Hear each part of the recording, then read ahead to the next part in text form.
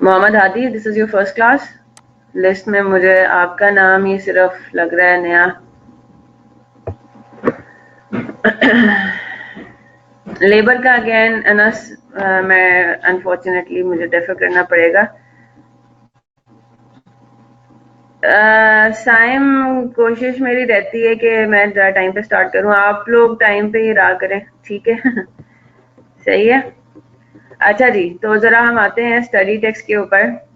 कल मैंने आप लोगों को एक होम असाइनमेंट दिया था जो हमारा फुल्ली इंटरलॉकिंग अकाउंट्स हैं, सिस्टम है, उसके अंदर जो हमारी, ठीक है जी, बताते हैं इसको, देखते हैं जनाब। अच्छा, आपने नोट किया ये अब्दुल्ला मुनीर, लेकिन उससे पहले मैं जरा आऊंगी। याद है वो 96,000 और 6,000 का इसमें इशू आ रहा था, किसके अंदर? इंटरलॉकिंग अकाउंट्स के अंदर। इंटरलॉकिंग अकाउंट्स के अंदर जो आपकी स्टडी टेक्स्ट के अंदर इन्होंने एग्जांपल दी हुई है, मेरी बात गौर से सुनिएगा। बिल्कुल नॉर्मल आपने काम करना है हमारी अंडरस्टैंडिंग के हिसाब से। इनडायरेक्ट मटेरियल, इनडायरेक्ट लेबर, ये किस में जाना चाहिए? ये आपके पहले आएगा मटेरियल्स अकाउंट के अंदर, और फिर ये वहां से ट्रांसफर होने चाहिए इशू के टाइम पे। कहाँ पे? मटेरियल्स और पेरोल में आना चाहिए, और उसके बाद वो कहाँ ट्रांसफर होना चाहिए? आपके एफओएच अकाउंट के अंदर, है ना? यही बात है ना, इनडायरेक्ट मटेरियल और इनडायरेक्ट लेबर, बिल्कुल सही बात है, इसी तरह से होगा। अब यहाँ पे जो इन्होंने 6,000 के साथ ट्रीटमेंट किया है ना, इन्होंने विदाउट एनी समझें कि एडिशनल इंफॉर्मेशन है, ये बात गौर से सुनिएगा, इन्होंने अज्यूम कर लिया है कि 6,000 रुपए का जो हमने सैलरीज एंड वेजेस पे किए हैं ना, वो नॉन प्रोडक्शन रिलेटेड है, वो एडमिन एंड सेलिंग एक्सपेंस है कोई, या उन्होंने मतलब एक कोई उनका कोई लॉजिक बनती नहीं है, ठीक है? 6,000 रुपीज हम क्या लेंगे? हम उसको एज इनडायरेक्ट लेबर ही लेंगे, ठीक है, जो हम बाकी एग्जाम्पल्स में करते आए हैं। क्लियर हो गई बात? ठीक है, तो जो 6,000 रुपीज का आपके पास, एग्जैक्टली हम अपने मेथड से ही करें। अब मैं आज आपको एक बड़ा मजे का एक असाइनमेंट दूंगी, क्योंकि आज हम इंटीग्रेटेड इंटरलॉकिंग और फुल्ली इंटरलॉकिंग के जो बेसिक जर्नल एंट्रीज हैं वो हमारी वैसे तो हो चुकी हैं कंप्लीट, है ना? आज मैं आपको जो होम असाइनमेंट दूंगी, वो मैं आपको होम असाइनमेंट दूंगी जर्नल एंट्री। जी बिल्कुल, मैं भी आपको लिखवा रही हूँ कि इसकी जर्नल एंट्री हमने क्या करनी है, ठीक है? तो ये हमारे पास इंटरलॉकिंग अकाउंट्स का क्या सिनेरियो है, इंटरलॉकिंग अकाउंट्स का इलस्ट्रेशन है, ठीक है? इलस्ट्रेशन एंड स्टडी टेक्स्ट जो है हमारे पास, इसका मैं रेफरेंस प्रॉपर आपको लिख रही हूँ 2.4, ठीक है? सेक्शन 2.4 के अंदर ये हम लोग इसको किस तरह से सॉल्व कर रहे हैं। जो हमारे पास 6,000 रुपीज है, अब यहाँ पे जरा हम आते हैं इंटरलॉकिंग अकाउंट्स के अंदर क्या सिनेरियो है कि अगर हम जब ये इनडायरेक्ट लेबर पहले हम अक्वायर करेंगे, है ना, तो हमारे पास क्या सिनेरियो बनेगा जी? क्या जर्नल एंट्रीज पास होंगी with regards to this 6,000? Acquisition के टाइम पे फैक्ट्री लेजर में क्या जर्नल एंट्रीज पास होंगी? अगर हम फैक्ट्री लेजर की बात करें, एक्विजिशन के टाइम पे जर्नल एंट्री अच्छा पहले हम वो कर लेते हैं, जनरल लेजर का कर लेते हैं पहले, ठीक है? कि पहले ऐसी बात है हमारा, ये देखें, जनरल लेजर में हमारे पास जर्नल एंट्री क्या पास होगी जी? Factory ledger control account debit, है ना, कि वो उसके बिहाफ पे 6,000 रुपीज इनकर कर रहा है। क्लियर होगी ना बात? Factory ledger control account 6,000 debit cash या पेबल क्रेडिट हो जाएगा कितने से? 6,000 रुपीज से, है ना? हम आइडियली इसको कहेंगे कि ये पेड है, एग्जैक्टली, तो ये पेड की वजह से हम इसको कैश क्रेडिट कर देंगे 6,000 से, ठीक है? चलें जी, दैट्स इट। जनरल लेजर के अंदर सिर्फ एक्विजिशन के टाइम पे जर्नल एंट्री पास होगी। मैं यहाँ पे आपको लिखवा दूंगी no entry for issue to production, है ना? No entry for issue to production, ये जो 6,000 रुपीज का इनडायरेक्ट आपके पास लेबर आ रहा है, ठीक है? इधर कोई हमारे पास सिनेरियो नहीं होगा। अब हम आते हैं किसके पास? फैक्ट्री लेजर के अंदर हम आते हैं। 6,000 रुपीज से सबसे पहली जर्नल एंट्री क्या पास होगी? जैसे ही आपका हेड ऑफिस पेमेंट करेगा 6,000 रुपीज का, फैक्ट्री ने, हम कहेंगे कि अब एक्विजिशन हो गई है ना, acquisition of factor of production हो गया, तो क्या जर्नल एंट्री पास होगी? पेरोल अकाउंट आपका हो जाएगा डेबिट, कितने से? 6,000 रुपीज से। यही हमने पढ़ा हुआ है ना कि पहले इनडायरेक्ट मटेरियल और इनडायरेक्ट लेबर पहले जाने हैं किधर? पहले वो जाएंगे आपके रेलेवेंट, इनडायरेक्ट मटेरियल जाएगा मटेरियल अकाउंट के अंदर और इनडायरेक्ट लेबर जाएगा पेरोल अकाउंट के अंदर, फिर वहां से वो ट्रांसफर होने हैं पहले एफओएच के अंदर, है ना, और फिर एफओएच से वो जाने हैं, जी बिल्कुल, वो डिफरेंट है साइम, यही बात डिस्कस हो रही है। क्या जर्नल एंट्री दूसरी पार्ट पास होगी? General ledger control account. Is that clear? आपने लाइबिलिटी बुक कर दी थी बिल्कुल उसी तरह से, हमारा जिस तरह डायरेक्ट लेबर की एंट्री यही पास हुई थी ना, डायरेक्ट लेबर की एंट्री 90,000 से यही पास हुई थी, इनडायरेक्ट लेबर की भी यही जर्नल एंट्री पास होगी कि हमने पेरोल अकाउंट को डेबिट करना है और हमने लाइबिलिटी अपनी बुक कर देनी है कि हमारे हेड ऑफिस ने जो है वो हमारे बिहाफ पे 6,000 रुपए पे किए। क्लियर होगी बात? फिर जब ये तो हो गया एक्विजिशन ऑफ एफओएच, अब जब वो इशू टू प्रोडक्शन होगा, जब हम उस लेबर को लगाएंगे प्रोडक्शन के अंदर, तो हमारे पास जर्नल एंट्री क्या पास हो जाएगी? अगर तो ये डायरेक्ट लेबर होता तो वो होता WIP अकाउंट डेबिट और पेरोल अकाउंट क्रेडिट। यहाँ पे अब ये है इनडायरेक्ट लेबर, तो ये पहले कहाँ जाएगा? एफओएच कंट्रोल अकाउंट के अंदर, ठीक है। एफओएच अकाउंट के अंदर ये डेबिट हो जाएगा 6,000 से, क्रेडिट क्या होगा? पेरोल अकाउंट क्रेडिट हो जाएगा 6,000 से। Is that clear? ठीक है, बात समझ आ गई?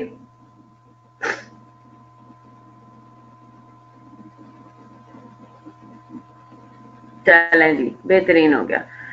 तो अभी मैं जो आपको क्वेश्चंस एक दो मैं भी आपको करवाऊंगी भी, मैंने आपको आज होम असाइनमेंट्स भी देने हैं जो हमारे प्रैक्टिस क्वेश्चंस हैं और जो हमारे क्लास वर्क्स हैं, ठीक है, तो उससे आपको इंशाल्लाह और बात क्लियर हो जाएगी।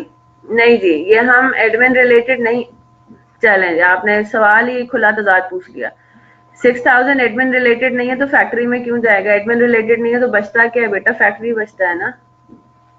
हम यही कह रहे हैं,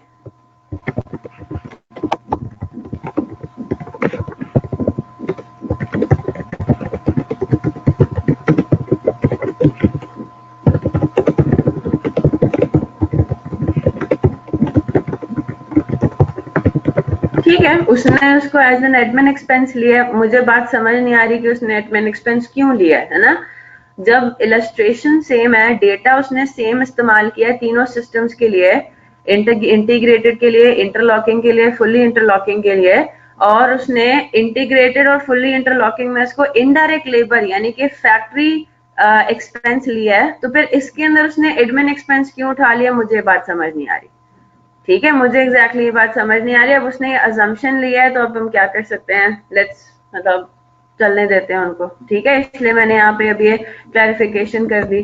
तो बेसिकली इधर जो हमारे पास, इधर आ जाएंगे, इधर जब हम 2.4 को देखेंगे तो यहाँ पे एक थोड़ा सा खुला तजाद आ रहा है। इधर फैक्ट्री लेजर के अंदर इस स्टेप के ऊपर एक्सपेंसेस एज इंकर्ड में, जब आप फैक्टर्स ऑफ प्रोडक्शन अक्वायर करेंगे तो पहले तो आपने रॉ मटेरियल इन्वेंट्री अक्वायर की, उसमें जर्नल एंट्री पास होगी, इन्वेंट्री डेबिट और general ledger control account credit, factory ledger की मैं बात कर रही हूँ। फिर जब वो पेमेंट ऑफ वेजेस की हम बात करेंगे तो यहाँ पे दो डबल एंट्रीज पास होंगी, ठीक है, या तो आप इसको एक ही करें, आप करें कि 96,000 से वेजेस कंट्रोल अकाउंट डेबिट होना चाहिए और general ledger control account credit होना चाहिए 96,000 से, है ना। क्लियर होगी बात? तो 96,000 ये होना चाहिए कि हेड ऑफिस आपके बिहाफ पे, बिल्कुल ठीक, हेड ऑफिस आपके बिहाफ पे डायरेक्ट इनडायरेक्ट दोनों पे कर रहा है वेजेस, तो क्या होगा? वेजेस कंट्रोल अकाउंट में पहले दोनों ने जाना है, तो 96,000 से वेजेस कंट्रोल अकाउंट डेबिट होनी चाहिए थी और general ledger control account credit भी 96,000 से होना चाहिए था हमारी उसके हिसाब से। इन्होंने उसको नहीं किया, इन्होंने उसको as an admin expense treat किया, and I personally I don't have any explanation as to why they did that. ठीक है जी, क्लियर होगी बात? और जब यहाँ पे हमारे पास issue of factor of production होना है, तो यहाँ पे हमारे पास जो जर्नल एंट्री पास होनी है वो क्या पास होनी है? ये इशू के टाइम पे आ गया ना, use of direct labour. Use of direct labour की तो बात ठीक है, इन्वेंट्री WIP डेबिट हो रहा है 90,000 से, वेजेस कंट्रोल अकाउंट क्रेडिट हो रहा है 90,000 से, यहाँ पे फिर यूज ऑफ इनडायरेक्ट लेबर भी आएगा हमारी अजम्पशन के हिसाब से, और यूज ऑफ इनडायरेक्ट लेबर की क्या जर्नल एंट्री पास होगी, ये वाली एफओएच कंट्रोल अकाउंट डेबिट और पेरोल अकाउंट या वेजेस अकाउंट क्रेडिट 6000 से। क्लियर होगी ना बात? तो हमने एक्विजिशन के टाइम पे इस जर्नल एंट्री को ऐड कर देना है फैक्ट्री लेजर के अंदर, और इश्यू या यूज ऑफ इनडायरेक्ट लेबर के केस में ये वाली जर्नल एंट्री को यहाँ पे ऐड कर देना है। बाकी सब काम सेम होगा।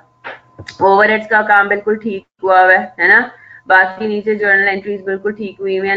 लाइकवाइज जनरल लेजर के अंदर हमारे पास ये सिनेरियो होगा, जनरल लेजर की जब हम जर्नल एंट्रीज आती हैं तो हमारे पास ये सिनेरियो होगा कि एक्सपेंसेस एज इंकर्ड, यानी कि ये purchase of factor of production है ना। साइम ये चीज हम डिस्कस कर चुके हैं बेटा, ये तो बिल्कुल बेसिक आप सवाल पूछ रहे हो। इनडायरेक्ट लेबर,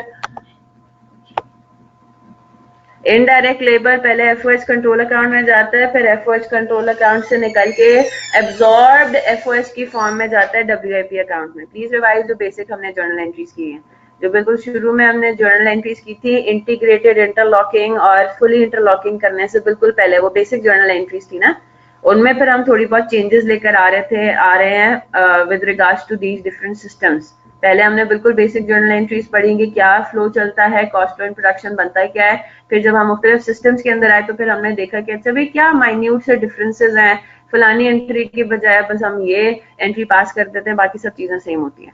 ठीक है, तो जनरल लेजर के अंदर अब हमारे पास क्या डिफरेंस आएगा, हमारे सोल्यूशन के अंदर क्या डिफरेंस आ रहा है कि acquisition of factors of production के अंदर यहाँ पर क्या सिनेरियो है, पेमेंट ऑफ वेजेस में इसने क्या किया है, factory ledger control account debit किया 90,000 से सिर्फ, और इसने नॉन प्रोडक्शन वेजेस में ले गया 6,000। हमने क्या करना है, फैक्ट्री लेजर कंट्रोल अकाउंट हम ये कह रहे हैं कि पूरे के पूरे 96,000 फैक्ट्री रिलेटेड है ना, पूरे के पूरे 96,000 फैक्ट्री रिलेटेड है, 90,000 डायरेक्ट है और 6,000 इनडायरेक्ट लेबर है। तो वो दोनों जो है वो आपके लग रहे हैं फैक्ट्री के अंदर। इसने कहा है कि 90,000 सिर्फ हमारा फैक्ट्री रिलेटेड है, बाकी 6,000 हमारा एडमिन रिलेटेड है। तो हम ये बात ये नहीं मान रहे, तो इधर हमारा डिफरेंस आ जाएगा। हम इधर क्या कहेंगे, 96,000 से डेबिट होगा फैक्ट्री लेजर कंट्रोल अकाउंट और क्रेडिट होगा कैश 96,000 से।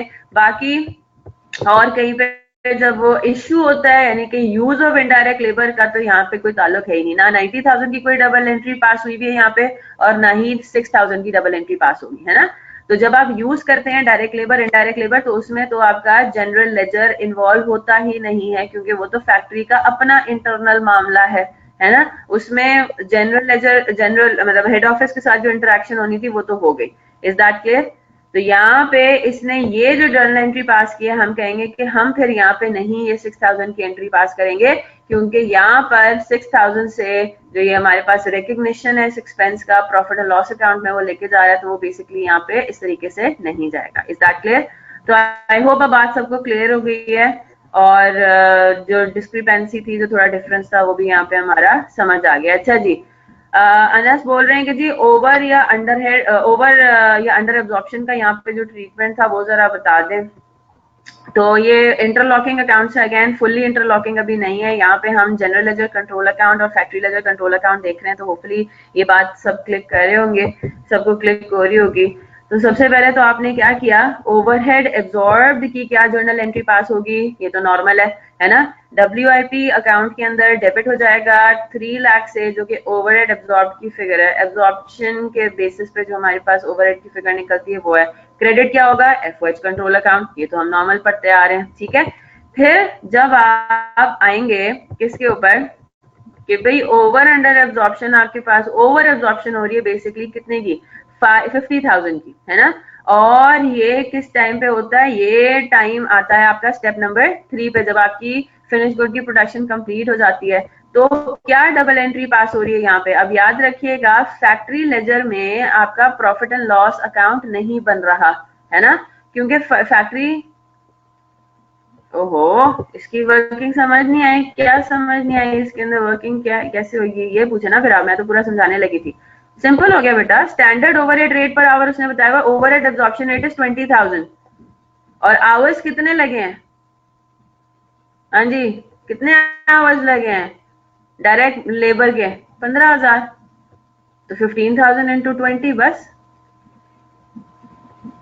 और वर्किंग आई लिखी हुई है नीचे, इसकी बनाई हुई भी है।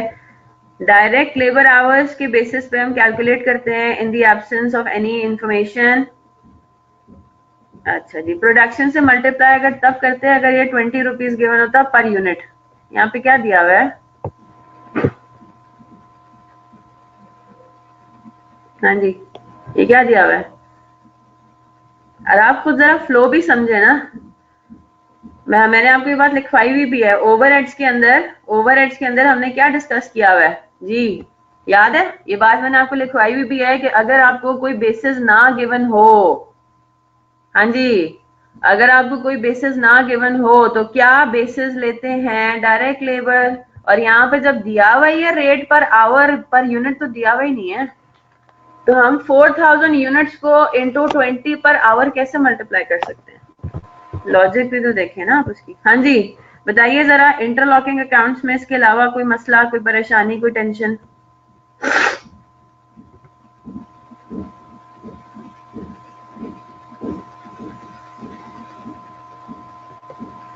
ओवरहेड जो 50,000 का ओवर एब्जॉर्ब था, वो बात समझ आ गई ना? प्रॉफिट एंड लॉस अकाउंट तो मेंटेन हो ही नहीं रहा है ना। नॉर्मली हमारे पास जर्नल एंट्री क्या पास होती है? ओवर या अंडर एब्जॉर्ब की जर्नल एंट्री पास होती है, FOH control account to PNL. Yes, यहाँ पे तो हम कह रहे हैं कि फैक्ट्री लेजर में पीएनएल तो मेंटेन हो ही नहीं रहा, तो इसकी डबल एंट्री फिर कहाँ, किसके थ्रू हम पास करेंगे? इन्वेंट्री अकाउंट के थ्रू। ठीक है, तो ओवर एब्जॉर्प्शन की एंट्री पास हो जाएगी एफओएच कंट्रोल अकाउंट डेबिट और इन्वेंट्री फिनिश गुड क्रेडिट, और अंडर एब्जॉर्ब के केस में रिवर्स हो जाएगी। ठीक है, अभी टेंशन नहीं लेनी, अभी जब हम सोल्यूशन करेंगे इसमें एक्विजिशन का मतलब क्या होता है? परचेज पेमेंट कर लेना पहले स्टेप पे जब आपका इंटरेक्शन होता है मटेरियल या लेबर से। जी, लेबर की बेसिकली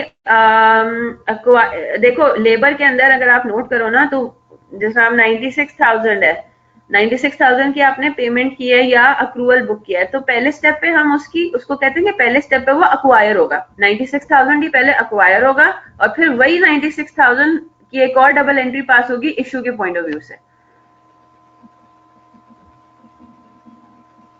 ठीक है, इसी तरह से एफओएच को पहले इनकर करना, इनकर आप लोग समझते हैं ना, मतलब इनकर, जिस तरह हम एक्सपेंसेस की बात करते हैं, तो हम एक्सपेंस को क्या कहते हैं? Expense are incurred on accrual basis, है ना।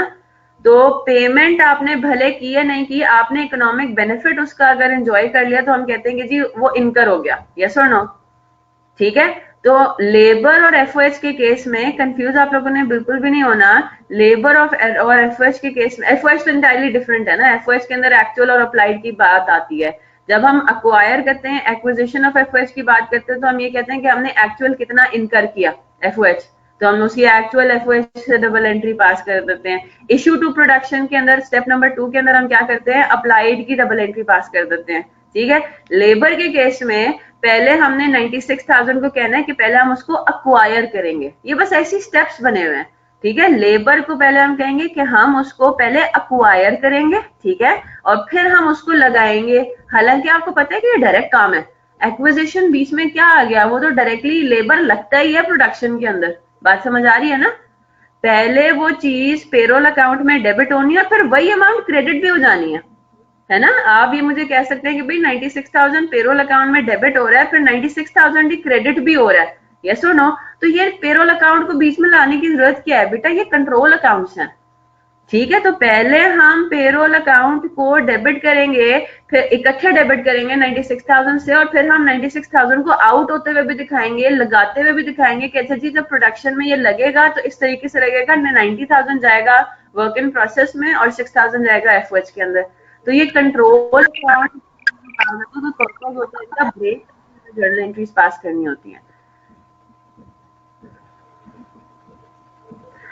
हमने आवर्स को प्रोडक्शन से कहाँ मल्टीप्लाई किया बेटा? कहाँ मल्टीप्लाई किया हमने आवर्स को प्रोडक्शन से? अनस, आप सोल्यूशन देख के आप मेरे से पर्सनली डिस्कस कर लेना ये, ठीक है।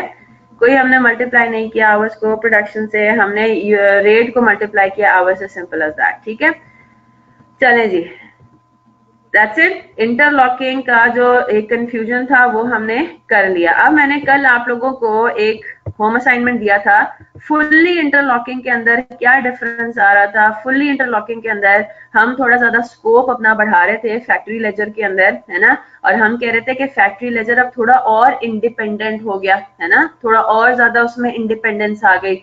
इंटरलॉकिंग के अंदर थोड़ा सा इंडिपेंडेंट हो जाता है वो हेड ऑफिस से, और फुल्ली इंटरलॉकिंग में कुछ ज्यादा ही इंडिपेंडेंट हो जाता है कि उसमें अपना प्रॉफिट इतना वो इंडिपेंडेंट हो जाता है कि फैक्ट्री लेजर के अंदर एक अपना कॉस्ट अकाउंटिंग से रिलेटेड एक प्रॉफिट कैलकुलेटर है। अब मेरी बात गौर से सुनिएगा, मैं अब्दुल्ला का ये सवाल था।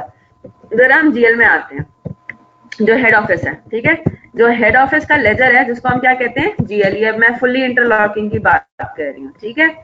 चलें जी, फुल्ली इंटरलॉकिंग, इनफैक्ट ये इंटरलॉकिंग के अंदर भी इन्वॉल्व होता है। अब मुझे बात बताइए, जो हेड ऑफिस है, head office perpetual inventory system follow करेगा या पीरियोडिक? चॉइस है ना उसके पास। अब मैं आपको भी बता रही हूँ, हेड ऑफिस में तो फाइनेंशियल अकाउंटिंग हो रही है ना, और फाइनेंशियल अकाउंटिंग के अंदर उसके पास परपेचुअल या पीरियोडिक दोनों फॉलो करने की चॉइस है। यस और नो? दोनों फॉलो करने की चॉइस है। और हम नॉर्मली क्या करते हैं, हम ये कहते हैं कि in the absence of any information financial accounting में नॉर्मली पीरियोडिक फॉलो होता है। क्लियर होगी ना बात? अच्छा जी, फैक्ट्री लेजर के अंदर वी आर बाउंड, क्योंकि वहां पे कॉस्ट अकाउंटिंग हो रही है ना, तो यहाँ पे हम बाउंड है, यहाँ पे आपने हर हाल में परपेचुअली फॉलो करना है। ये बात क्लियर होगी? अच्छा, हेड ऑफिस लेजर में फिर एक और चीज है, हेड ऑफिस में सिर्फ और सिर्फ फीफो या एफको फॉलो होगा, है ना। फैक्ट्री लेजर में फीफो, आपको पता है फीफो, फैक्ट्री लेजर में आपको पता है लीफो भी अलाउड है ना। और ये हमने कहाँ पढ़ा था मटेरियल्स के चैप्टर में, याद है ना। कॉस्ट अकाउंटिंग में क्योंकि स्टैंडर्ड्स फॉलो नहीं होते, है ना, कॉस्ट अकाउंटिंग में क्योंकि स्टैंडर्ड्स फॉलो नहीं होते, तो कॉस्ट अकाउंटिंग के लिए management can even follow LIFO as well. हालांकि लीफो जो है वो आईएस2 ने अब मना कर दिया, तो आईएस2 जो है वो तो फाइनेंशियल अकाउंटिंग फॉलो कर रहा है सिर्फ। क्लियर होगी ना बात? तो ये सिर्फ मुझे एक पॉइंट आपको बताना था। अब आपका जो क्वेश्चन है कि भाई यहाँ पे इन्होंने कल के असाइनमेंट में जीएल में purchase and raw material inventory account separate क्यों बनाया हुआ है, क्योंकि यहाँ पे फिर उसने अज्यूम किया हुआ है कि पीरियोडिक इन्वेंट्री सिस्टम फॉलो हो रहा है। I wanted you guys to notice that. Clear होगी बात? ये तो हमारे पास कॉस्ट लेजर हो गया, ठीक है। जरा हम आते हैं जनरल लेजर के अंदर। अब्दुल्ला ने बहुत अच्छे से लगता है इस को देखा है, इलस्ट्रेशन को, which is very good, I appreciate that. हाँ जी, यही हो रहा है, देखते हैं इसको, मैंने इसका सोल्यूशन देखा नहीं है। हाँ जी, अब यहाँ पे एक डिस्क्रिपेंसी आ रही है ना, यहाँ पे एक डिस्क्रिपेंसी आ रही है परचेज के टाइम पे। यहाँ पे देखते हैं, जर्नल एंट्री से देखते हैं, परचेज के टाइम पे उन्होंने purchase of raw material general ledger में इन्वेंट्री डेबिट कर दिया है और ट्रांसफर ऑफ एक्सपेंसेस के केस में परचेजेस को क्रेडिट किया। यहाँ पे डिस्क्रिपेंसी आ गई ना, नहीं ये इन्होंने गलत किया हुआ है। अगर इन्होंने पीरियोडिक इन्वेंट्री सिस्टम अगर लेकर आ रहे हैं, है ना, पीरियोडिक इन्वेंट्री सिस्टम अगर लेकर आ रहे हैं तो एक्विजिशन के टाइम पे परचेजेस ही डेबिट होना चाहिए। लेट मी सी परचेजेस का अकाउंट इनका, हाँ ये गलत एंट्री पास हुई है। तो देखें परचेजेस के अकाउंट में देखिए 77,000 पहले डेबिट हो रहा है, ये टाइपिंग एरर है।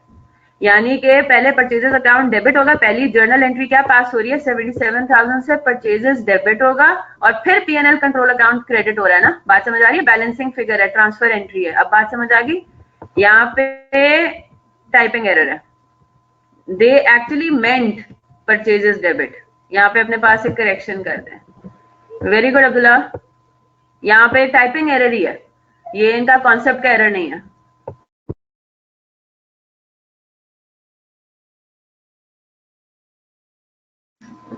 ठीक है, तो यहाँ पे इनको लिखना चाहिए था purchases debit payables credit 77,000।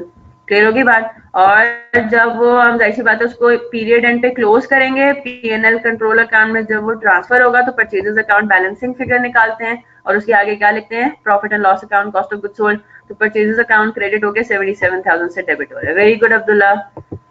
And बाकी सब ने भी मैं से नोट किया होगा जिन्होंने प्रॉपर्ली सॉल्व करके मैच किए अपने सोल्यूशन, या वैसे इलस्ट्रेटिव एग्जांपल रीड करके वो मैच करें कि हाँ जी क्या एंट्रीज पास होनी चाहिए। Very good.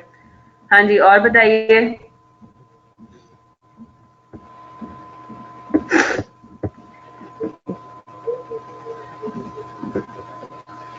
बाकी सब सेट है। अब्दुल्ला, और किसी बात चीज में क्लैरिटी इसमें लानी हो? जीएल में जस्ट जीएल अकाउंट में just opening and closing balances क्यों लिए? किस अकाउंट के अंदर बेटा? जनरल लेजर के अंदर आप क्या कह रहे हो?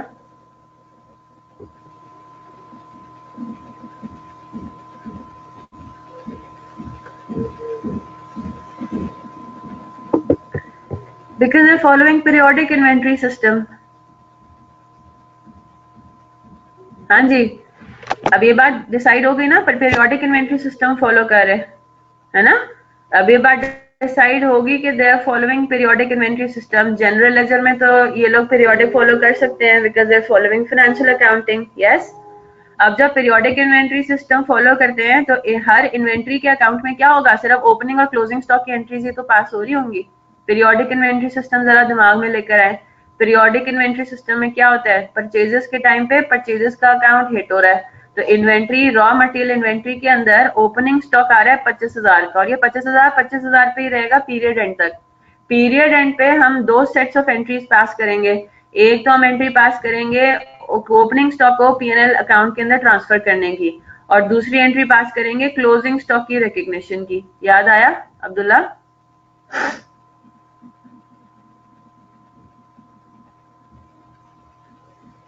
ये एंट्री कॉस्ट लेजर में भी होगी और जनरल लेजर में भी होगी ना बेटा, यही तो बात है फुल्ली इंटरलॉकिंग की।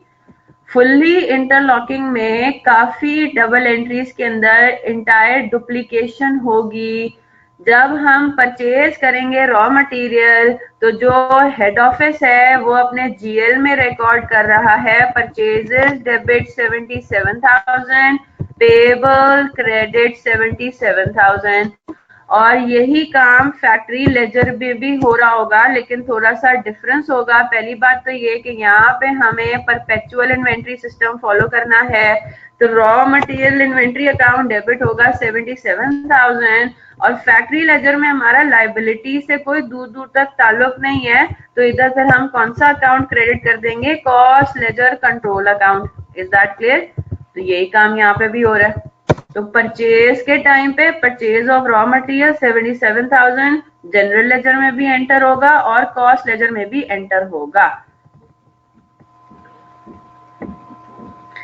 जनरल लेजर में पीरियोडिक सिस्टम फॉलो किया जा रहा है, कॉस्ट लेजर में परपेचुअल फॉलो किया जा रहा है। जी जनाब। तो अब्दुल्ला मुनीर, सब में यही एंट्रीज पास होंगी ना? फिर रॉ मटेरियल के अंदर भी यही होगा, वर्क इन प्रोसेस के अंदर भी यही होगा। क्यों? क्योंकि हम यहाँ पे परपेचुअल इन्वेंट्री सिस्टम फॉलो नहीं कर रहे। Is that clear? Finish good में भी यही होगा। ओपनिंग और क्लोजिंग की जर्नल एंट्रीज आपको नजर आ रही होंगी। जी जनाब, बात समझ आती है?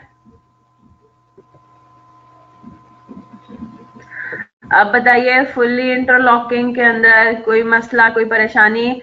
मैं इसीलिए मैंने पहले ये 3 सिस्टम्स आपको अलग अलग इलस्ट्रेशंस के थ्रू करवाए हैं सॉल्व, और अब मेरा पॉइंट ये था कि अब जब हम क्लास वर्क क्वेश्चंस के ऊपर आएंगे तो आप लोगों के पास ज्यादा अच्छे तरीके से इंशाल्लाह आप लोग जज कर पाएंगे कि कौन से सवाल में कौन सा सिस्टम अप्लाई हो रहा है। ठीक है, चलें जी।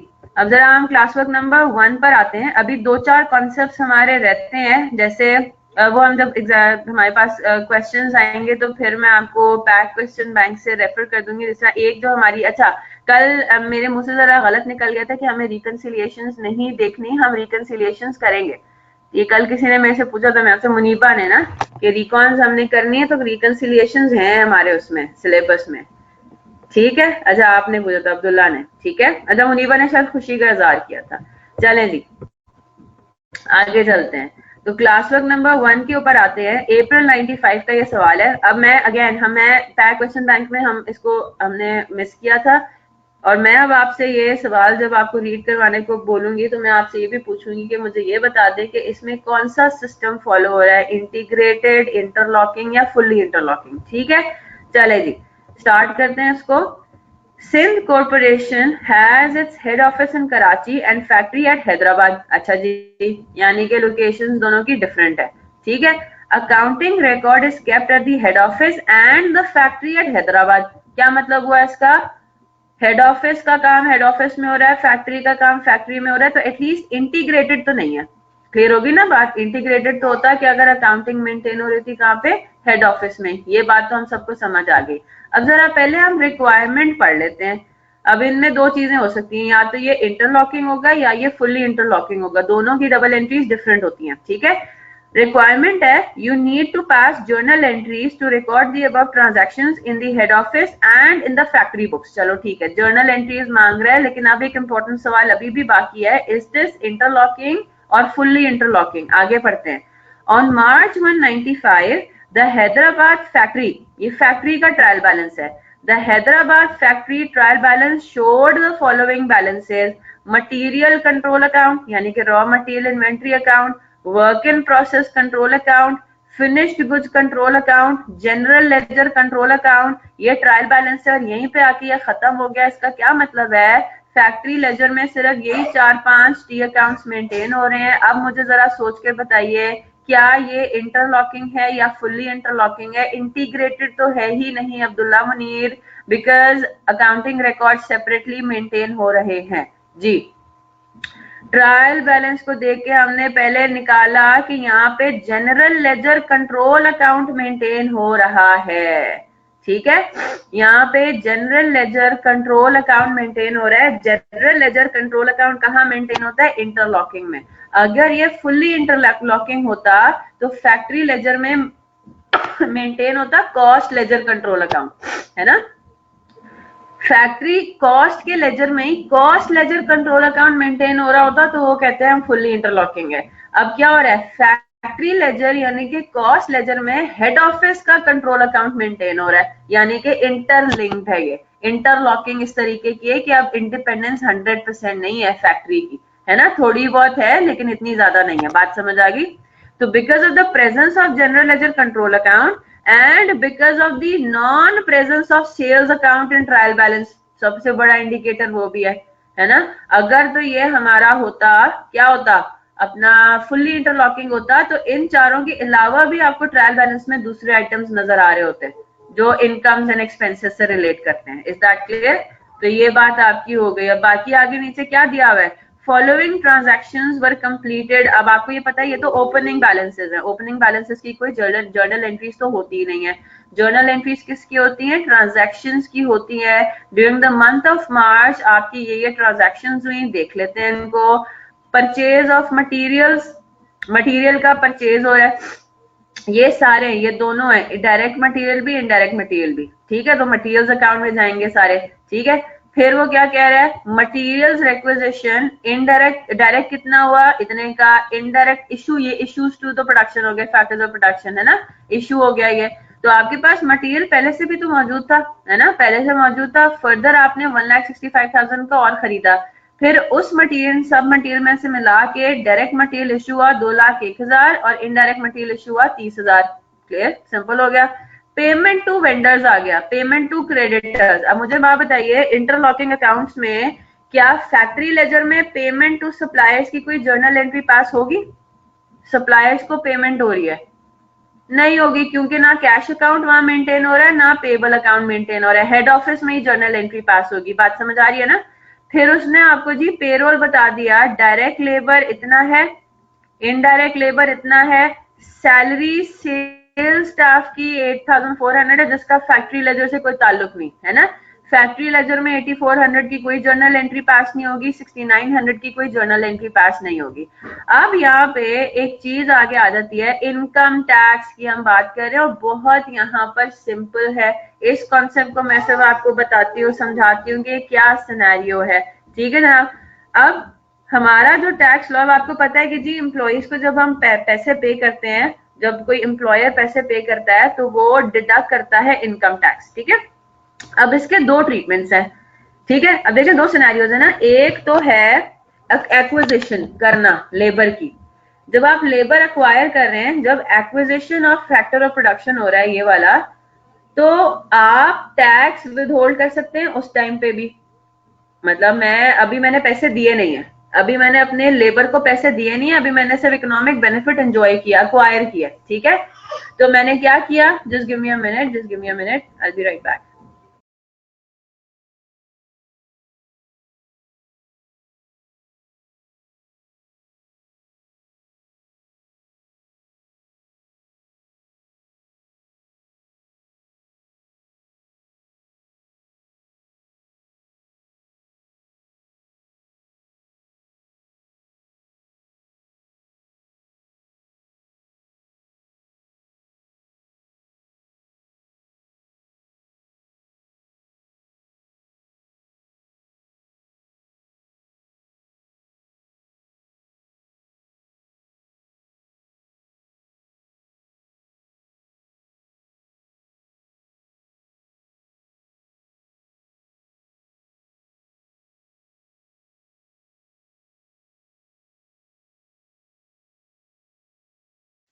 चलें जनाब, ठीक है। अच्छा, अब यहाँ पे क्या सिनेरियो होता है, ये चाहे तो नोट करें चाहे तो ना नोट करें, बड़ा सिंपल है, ठीक है।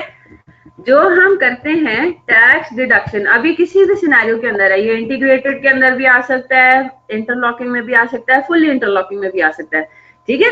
ट्रांजैक्शंस तो सब में सेम ही है ना, सिर्फ जर्नल एंट्रीज क्या पास होंगी, कौन से अकाउंट में डेबिट होगा, कौन से अकाउंट में क्रेडिट होगा, सिर्फ उनमें फर्क है। तो आई होप कि अगर आप बर्ड्स आई व्यू देखो तो ट्रांजैक्शंस तीनों सिनेरियो में आपको दी जा सकती हैं सेम, और आपको कहा जा सकता है कि अच्छा जी अगर ये इंटीग्रेटेड सिस्टम होगा तो क्या डबल एंट्री पास होगी, फुल्ली इंटरलॉकिंग होगा तो क्या होगी, लॉकिंग होगा तो इंटरलॉकिंग होगा तो क्या होगी। तो आप ये एक एग्जांपल को, एक ही डेटा को आप तीन तरीकों से सॉल्व कर सकते हैं। You get the point, right.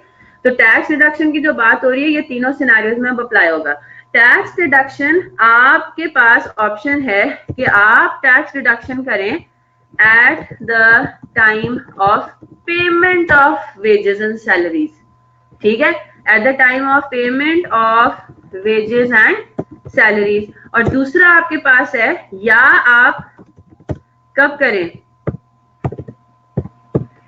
At the time of acquisition of labour, ठीक है, एक्विजिशन ऑफ लेबर। अब इस लेबर में फैक्ट्री लेबर भी आ जाएगा, एडमिन और सेल्स वगैरह का भी आ जाएगा, ठीक है। अब आईकैप ने बेसिकली जो हमारा पाकिस्तान का जो टैक्स लॉ है वो कहता है कि जी पेमेंट के टाइम पे आप जो है ना टैक्स डिडक्ट करोगे, ठीक है। आपने पेमेंट के टाइम पे टैक्स डिडक्शन करनी है, तो आइडियली जो हमने इसकी अकाउंटिंग एंट्री भी पास करनी है वो कब पास करनी है, टैक्स रिलेटेड, वो पास करनी है द टाइम ऑफ पेमेंट। लेकिन आईकैप ने इस टाइम पे इसको जर्नल एंट्री पास की है, तो बोथ आर ओके, ठीक है, both are fine, both are okay. अब हम क्या करेंगे,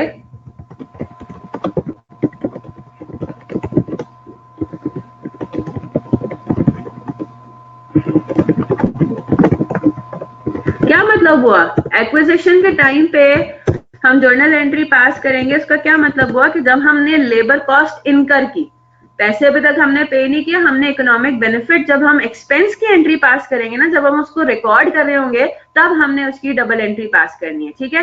क्या जर्नल एंट्री पास होती है इसकी, बहुत सिंपल है, आपके पास जो फैक्ट्री रिलेटेड लेबर है वो कहाँ पे जाएगा, वेजेस कंट्रोल अकाउंट में, है ना। मैं कंसोलिडेटेड एंट्री पास कर रही हूँ, तो वेजेस कंट्रोल अकाउंट आपका डेबिट हो रहा है, ये बात जरा गौर से देखिएगा। ये तो हो गया आपके पास direct labour plus indirect labour, ठीक है, जो भी उसकी अमाउंट बनती है। अच्छा जी, फिर उसके बाद admin and selling expense debit होगा, जो भी आपके पास सिनेरियो है ना। ये किस अमाउंट से डेबिट हो रहे हैं, क्योंकि यहाँ पे आपके पास दोनों चीजें इकट्ठी दे दी है ना, फैक्ट्री रिलेटेड और नॉन फैक्ट्री रिलेटेड लेबर आपको इकट्ठा दे दिया, तो आप एक ही जर्नल एंट्री पास कर दें दोनों की मिला के, दैट्स ओके। तो जो आपके पास नॉन प्रोडक्शन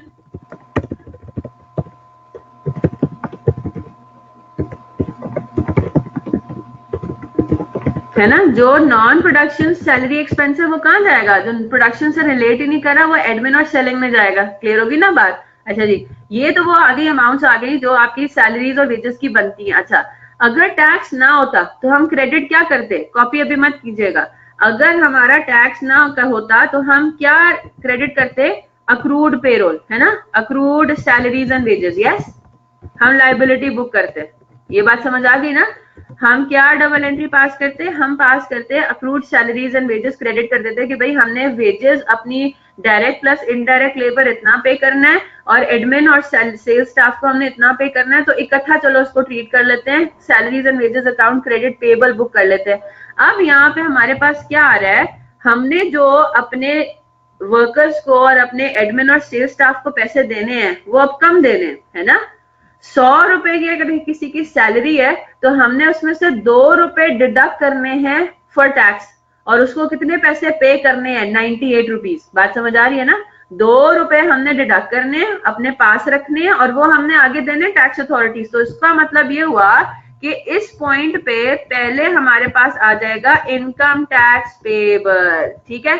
ये आपकी लाइबिलिटी होगी कि हमने इन दोनों सैलरीज में से कितना टैक्स रोक के रखा है, वो हमारी इनकम नहीं है, वो हमने काटा जरूर है, लेकिन वो हमें आगे पे भी करना है टैक्स अथॉरिटीज को।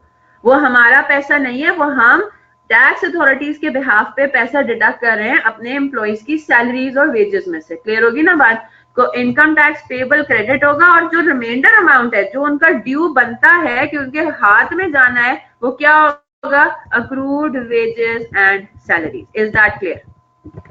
अब अगर इसमें सिर्फ फैक्ट्री की बात करें तो आप सिर्फ फैक्ट्री की डबल एंट्री कर लेंगे। मैंने इकट्ठा कर दिया क्योंकि इस सवाल में आप इकट्ठी जर्नल एंट्री भी पास कर सकते हैं। सेपरेट करना चाहिए सेपरेट कर लें, नो इश्यूज। वेजेस को अलग रखें, प्रोडक्शन रिलेटेड को अलग रखें, और उसको अलग रखें। तो अब बात समझ आ गई। तो अब उसके अंदर वो ये कह रहा है कि हर अमाउंट में से आपने 18.33% का टैक्स डिडक्ट करना है, ठीक है। तो देखते हैं जर्नल एंट्री क्या। आप इकट्ठा टोटल कैलकुलेट कर लें कि टोटल वेजेस एंड सैलरीज आपकी कितनी बनती हैं, है ना। टोटल वेजेस एंड सैलरीज में से 18.33% की अमाउंट चली जाएगी इनकम टैक्स पेबल में, और रिमाइंडर चली जाएगी अक्रूड एक्सपेंसेस के अंदर। और ये कौन से उसमें जाएगा, ये हेड ऑफिस का हेडेक है। इनकम टैक्स डिडक्ट करना हेड ऑफिस का हेडेक है। तो फैक्ट्री लेजर में क्या एंट्री जाएगी, सिर्फ फैक्ट्री लेजर में तो कोई इनकम टैक्स की एंट्री नहीं जाएगी ना। तो लेट्स सी कि आप लोग इसको किस तरह से इंटरप्रेट करते हैं। This is your home assignment, अभी मैं सिर्फ इसको डिस्कस कर रही हूँ, ठीक है। तो ये आप लोगों का होम असाइनमेंट है, ये अपलोड होगा एलएमएस के ऊपर। वो तो सिर्फ इलस्ट्रेटिव एग्जांपल्स मैंने आपको समझाने के लिए दी थी। अब जो 2 दिन आपको होम असाइनमेंट्स मिलेंगे वो आपने एलएमएस पे बिल्कुल अच्छे बच्चों की तरह अपलोड करने, ठीक है। आगे चलते हैं। एफ ट्रांजैक्शन में वो कह रहा है कि वर्कर्स आर ऑल्सो पेड। चलो जी, पेमेंट की एंट्री भी पास कर देनी है, यानी कि ई नंबर ऑफ ट्रांजैक्शन, ई जो ट्रांजैक्शन है इसमें आपने अक्वायर करना है, अक्रूड बुक करना है, ठीक है। और एफ ट्रांजैक्शन में वो कह रहे हैं कि जी पेमेंट की एंट्री भी पास करें। तो ये बेसिकली ABCD करके आपने चलना है कि ए ट्रांजैक्शन की जर्नल एंट्री क्या पास होगी, हेड ऑफिस के अंदर और फैक्ट्री लेजर के अंदर। बी एंट्री की क्या पास होगी ट्रांजैक्शन की, सी की क्या होगी, डी की क्या होगी। तो इस तरह आपने नंबरिंग करके चलना है, ठीक है। फिर आता है आगे मिसलेनियस ओवरहेड्स 96,000। हाँ जी, ये क्या है, ये प्रोडक्शन ओवरहेड्स है, याद रखिएगा। In the absence of any information हम ये कहेंगे कि ये प्रोडक्शन रिलेटेड ओवरहेड्स है। नहीं मेंशन हुआ हुआ ना कि ये फैक्ट्री रिलेटेड ओवरहेड्स हैं या एडमिन या सेलिंग एक्सपेंस है, क्या है ये, तो हम क्या अज्यूम करेंगे, दीज आर प्रोडक्शन ओवरहेड्स, ठीक है जनाब। तो प्रोडक्शन ओवरहेड्स की क्या जर्नल एंट्री पास होगी इंटरलॉकिंग अकाउंट्स के अंदर। हाँ जी, factory ledger control account debit head office के अंदर। वो कहेगा जी हम उनके बेहाफ पे पे कर रहे हैं, कैश क्रेडिट 96,000, है ना। और फैक्ट्री लेजर में क्या जर्नल एंट्री पास होगी, FOH कंट्रोल अकाउंट डेबिट 96,000, ये एक्चुअल है फिगर। और क्या credit, general ledger control account. तो जरा सोच समझ के सॉल्व करना है। आगे चलते हैं। फैक्ट्री ओवरहेड अप्लाइड की फिर इंफॉर्मेशन दे दी है, is applied to production at the rate of 15 rupees per direct labor hour। अब मसला ये है, हम क्वेश्चन देखते हैं तो क्वेश्चन में इन्होंने डायरेक्ट लेबर आवर्स तो आपको कहीं दिए हुए नहीं है। अगला पॉइंट क्या कह रहा है कि गुड्स कंप्लीटेड कितने हैं, 80% और total cost in the work in process account. और उससे अगला पॉइंट है फिनिश गुड्स की बात कर रहा है कि वो शिपिंग जो हो रही है यानी कि सेल जो हो रही है कस्टमर्स को, उसकी बात कर रहा है। तो डायरेक्ट लेबर आवर्स कितने ये तो उसने आपको बताया हुआ नहीं है, कैसे कैलकुलेट करेंगे, इधर आ जाए। इन्होंने डायरेक्ट लेबर जो पेरोल दिया हुआ है, डायरेक्ट लेबर की इन्होंने इन्फॉर्मेशन दी हुई है कि direct labour is calculated at the rate of 10 rupees per hour. क्या मतलब हुआ, 10 multiplied by number of hours, answer आ रहा है 79,200। तो मुझे बताएं आवर्स कितने बनते हैं डायरेक्ट लेबर के, 7920। हो गया आसान। तो फैक्ट्री ओवरहेड अप्लाइड किस तरह कैलकुलेट करेंगे, 15 into 7920, सिंपल एज दैट। ठीक है, आगे चलते हैं। फिर वो एक बड़े मजे की बात कर रहा है। अब आपको ये बात पता है कि जब प्रोडक्शन फिनिश हो जाती है तो तब भी जर्नल एंट्रीज पास होनी होती है ना। हमारा जो है वो हेड जो फैक्ट्री होता है वो कहता है कि अच्छा जी अब हमारी इन्वेंट्री जो है वो फिनिश गुड में ट्रांसफर हो गई, तो work in process to finish goods की एंट्री पास होनी है ना। Work in process to finish goods की एंट्री पास होनी है। अब वो ये कह रहा है, अब उसने आपको ये नहीं बताया कि कितना वर्थ ऑफ प्रोडक्शन आपकी कंप्लीट हुई। उसने आपको इस तरह से बता दिया कि 80% of goods completed equals 80% of total cost in the work in process account। क्या समझ आ रहा है, कैसे करेंगे इसको सॉल्व? अब वर्क इन प्रोसेस अकाउंट में जरा आते हैं। वर्क इन प्रोसेस अकाउंट में एक तो आपके पास आ गया ओपनिंग वर्क इन प्रोसेस, है ना।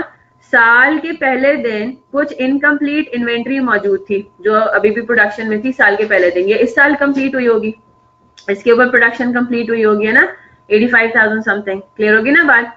फिर ड्यूरिंग द ईयर आपने फर्दर चीजें प्रोडक्शन में भी लगाई। कौन कौन सी? ये डायरेक्ट मटेरियल, है ना, डायरेक्ट लेबर और फैक्ट्री ओवरहेड्स, 3 चीजें लगाई होंगी वर्क इन प्रोसेस में। बात समझ आ रही है ना?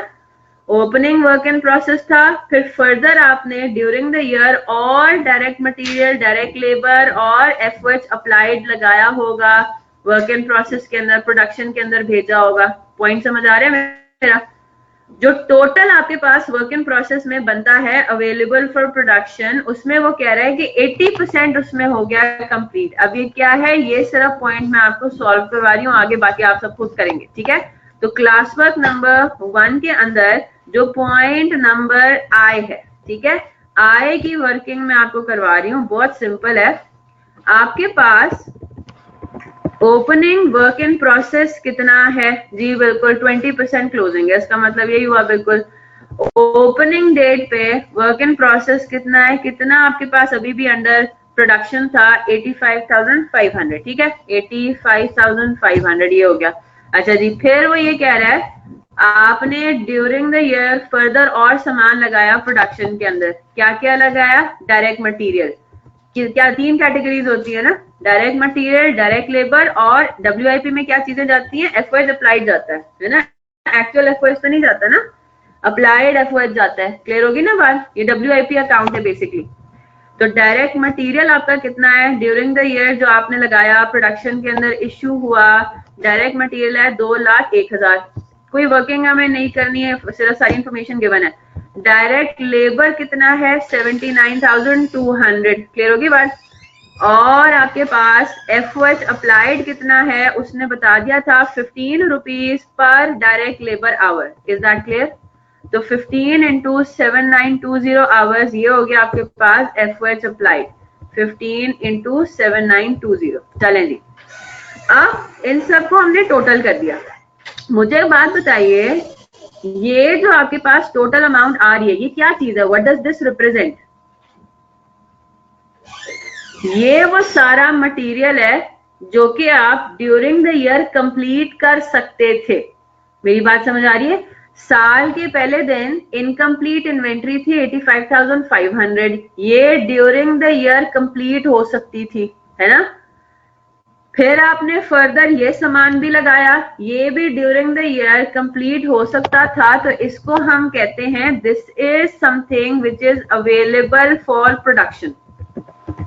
ठीक है, ये वो सारा अमाउंट है, वो सारी चीजें जो कि आप कंप्लीट कर सकते थे। अब अगर मैं आपसे पूछूं कि करंट ईयर में मैक्सिमम आप इन्वेंट्री कितने की प्रोड्यूस कर सकते हैं, कितना आपका कॉस्ट ऑफ गुड्स मैन्युफैक्चर्ड आ सकता है, तो वो आ सकता है 4,84,500। इससे ज्यादा तो नहीं हो सकता, है ना, क्योंकि आपने जो सारी चीजें जो लगाई हैं, जो कॉस्ट आपने लगाई है प्रोडक्शन के अंदर, वो 4,84,500 है, उससे ज्यादा नहीं है। तो मैं अगर आपसे पूछूं कि what is the maximum cost of goods manufactured current year में, आप कितना इन्वेंट्री मैक्सिमम मैन्युफैक्चर कर सकते हैं, कितने की? तो आप कहेंगे 4,84,500 की मैक्सिमम हम इन्वेंट्री मैन्युफैक्चर कर सकते हैं, कि ये वो सारा सामान है जो करंट ईयर में मैन्युफैक्चर हो सकता था। अब वो ये क्या कह रहा है? वो ये कह रहा है कि इसका 80% कंप्लीट हो गया। जितना आपने सामान लगाया है प्रोडक्शन के अंदर उसका 80% कंप्लीट हो गया है। तो इसका मतलब ये हुआ कि क्या हुआ है transfer to finish good, work in process से फिनिश गुड में कितना ट्रांसफर हुआ है 80%। Is that clear? यहां तक बात समझ आ गई? सिंपल है ना? तो 3,38,600 क्या हुआ, ये फिनिश गुड में ट्रांसफर हो गया 4,84,500 का 80% ट्रांसफर हो गया। इसका मतलब है जो रिमेनिंग 20% पीछे बचा वो हमारे पास क्या आंसर आता है 96,900। इसका क्या मतलब है, ये अभी भी इन प्रोडक्शन है, तो ये क्या हो गया क्लोजिंग वर्क इन प्रोसेस। वही मोशन वाली बात कि रिमेनिंग जो 20% है वो क्लोजिंग टाइम पे हम कहेंगे, पीरियड एंड पे कहेंगे कि अभी भी ये वो यूनिट्स है जिन पे प्रोडक्शन अभी तक कंप्लीट नहीं हो सकी, उस पे इन पे अभी हमें फर्दर कन्वर्जन कॉस्ट लगानी है, फर्दर लेबर लगेगा, फर्दर एफर्ट्स लगेगा और फिर ये जाके कंप्लीट होंगे अगले साल में। Is that clear? ठीक है, मैंने मटेरियल लगा दिया, मैंने वुड खरीद के मैंने मशीनरीज में डाल दिया और उस वुड का अभी सिर्फ 80% वुड जो है ना वो चेयर्स में कन्वर्ट हो सका है, रिमेनिंग 20% अभी भी अनयूटिलाइज्ड है। अगर मैं उसको सिंपल, अगर आप उसको विजुअलाइज करना चाह रहे हैं तो इस तरह से विजुअलाइज कर सकते हैं। Is that clear? बात समझ आ गई? ठीक है, आखिरी आइटम क्या है, finished goods amounting to 3,42,000 were shipped to customers. What is meant by this? A gross profit of 20% is made on these shipments. क्या मतलब हुआ इसका, ये फिनिश्ड गुड्स अमाउंटिंग टू 3,42,000 का मतलब है कॉस्ट ऑफ गुड्स सोल्ड। 3,42,000 के जो कॉस्ट थी इन्वेंट्री की, ये वो है फिनिश गुड की कॉस्ट है, इतने की जो इन्वेंट्री है वो आपने बेची है अपने कस्टमर्स को, 20% का उसने आपको मार्जिन भी दे दिया है। ठीक है, मार्जिन मार्कअप है, gross profit of 20% is made on these shipments. क्या कहेंगे, इज दिस मार्कअप और margin? A gross profit of 20% margin कहेंगे इसको, है ना।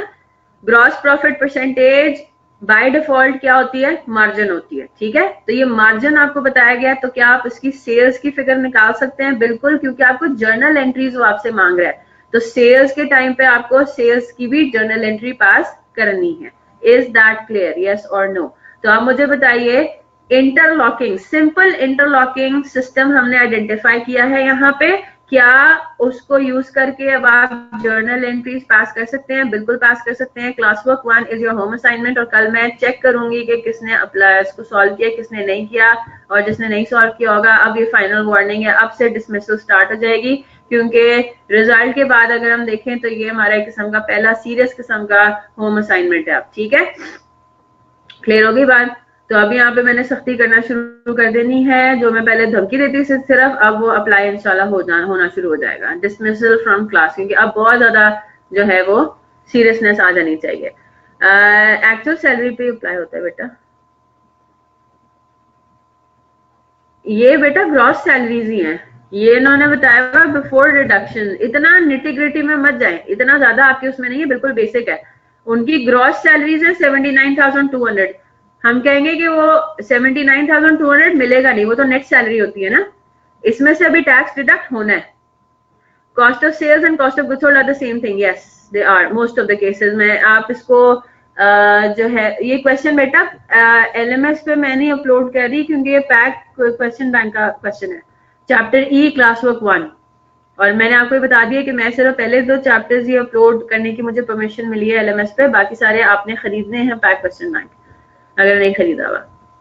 ठीक है मोहसिन, तो जो फिगर्स आपको दी हुई है ना direct labour, direct indirect labour की वगैरह की, वो सारी ग्रॉस फिगर्स हैं, उनके ऊपर टैक्स लगेगा, उनमें से डिडक्ट होगा और फिर पैसे दिए जाएंगे अपने लेबर को।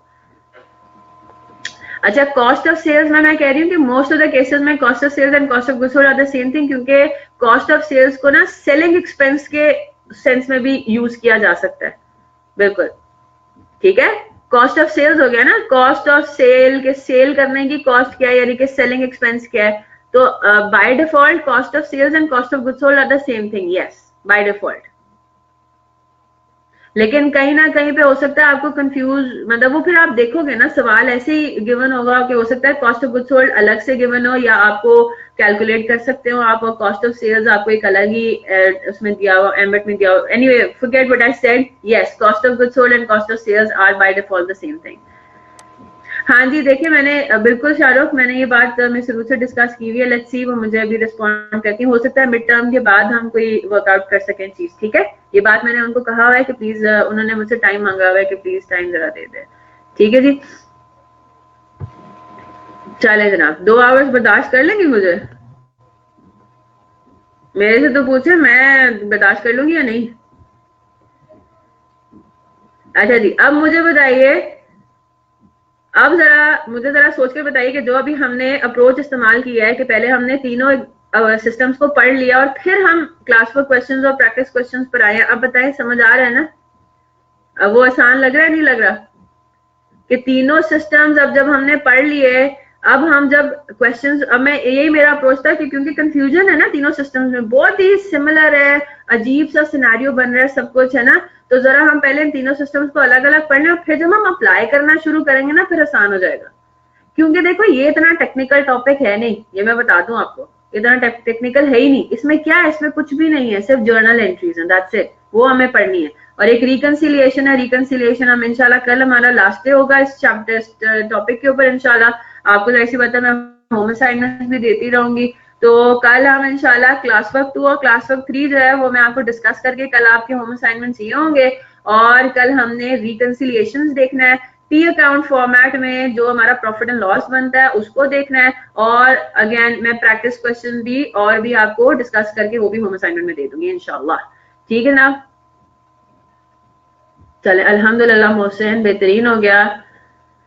चले जनाब, इंशाल्लाह फिर कल मिलते हैं। कल हमारा लास्ट डे होगा इंशाल्लाह इस टॉपिक के ऊपर। और फिर जो सैटरडे हमारे पास बचेगा, सैटरडे को हम देख लेंगे, या तो हम आपके मिड टर्म के पॉइंट ऑफ व्यू से डिस्कशन कर लेंगे अगर किसी को कोई क्वेरीज हुई, ठीक है।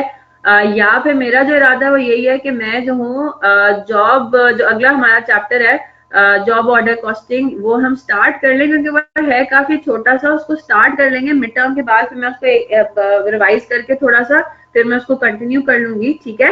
वो आपके मिड टर्म में ऑब्वियसली होगा नहीं। और सैटरडे को फिर आपके पास एक ऑप्शन ये है कि सैटरडे को नॉर्मल टाइम पे जो हम क्लास रखें उसमें हम अपना अगला टॉपिक पढ़ लें, और एक्स्ट्रा क्लास में आपकी रख लूं वही 4 बजे। उसमें अगर तो आपकी मिड टर्म की कोई क्वेरीज हैं तो उनको हम फिर सॉल्व कर लें उसमें, ठीक है। नेक्स्ट ये ज्यादा सही है कि नेक्स्ट चैप्टर स्टार्ट कर लेते हैं और एक्स्ट्रा क्लास में रख लेती हूँ वो सिर्फ क्वेरी डिस्कशन के लिए, if you guys ask me to, अगर तो जरूरत है, वरना नहीं, ठीक है। चलें जी, वो आप मुझे कल सोच के बता दें कल तक कि भाई अलग से डिस्कस करना है, क्योंकि मसला ये है कि थोड़ा सा I am a bit occupied at home, तो मैं इतना जो है ना रेडिली व्हाट्सएप पे आपके रिस्पॉन्स नहीं दे रही, अगर आप लोगों ने नोट किया। तो मैं बहुत ज्यादा जो है वो जल्दी रिस्पॉन्ड नहीं कर पा रही, बिकॉज थोड़ा सा बेटी की थोड़ी तबीयत भी ठीक नहीं है, तो उसके साथ मेरा टाइम बहुत ज्यादा लग रहा है। तो इस वजह से मैं कह रही हूँ कि क्लास में होता है ना कि 1 घंटा हमारा बुक हो जाता है, ऑक्यूपाई हो जाता है, तो वो अच्छा रहता है, मतलब उसमें मेरी कोई डिस्ट्रैक्शन नहीं होती फिर, ठीक है। तो वो हम कर लेते हैं कि क्वेरी डिस्कशन की एक क्लास रख लेते हैं, ठीक है जनाब। वो सुन रही होती है, वो अगर उसको समझ आ रही है तो। वो मुझे बता नहीं रही कि उसको समझ आ रहा है नहीं आ रहा, आप लोग तो मुझे बता देते हैं ना क्लियर है या नहीं। ठीक है, वो जब बोलने के काबिल होगी तो फिर मैं उससे पूछूंगी, हाँ जी what is debit what is credit, क्या करते हैं कॉस्ट अकाउंटिंग में, तो हो सकता है वो बता दे वहीं पे। आप लोग इतने देर तक, मतलब 2 महीने आप लोगों से बात नहीं याद रहती, एग्जाम के टाइम पे भूले हुए होते हैं मैंने क्या पढ़ाया था, वो फिर 1-2 साल के बाद क्या उसको याद होना है, ठीक है। चलें जी, इंशाल्लाह फिर कल मिलते हैं। Till then take care of yourselves. कोई क्वेश्चन है तो नोट कर लीजिए, वैसे तो होना नहीं चाहिए क्योंकि हम सारे इलस्ट्रेटिव एग्जाम्पल्स डिस्कस कर चुके हैं। इंशाल्लाह फिर कल मिलते हैं। Till then take care of yourselves, अल्लाह हाफिज।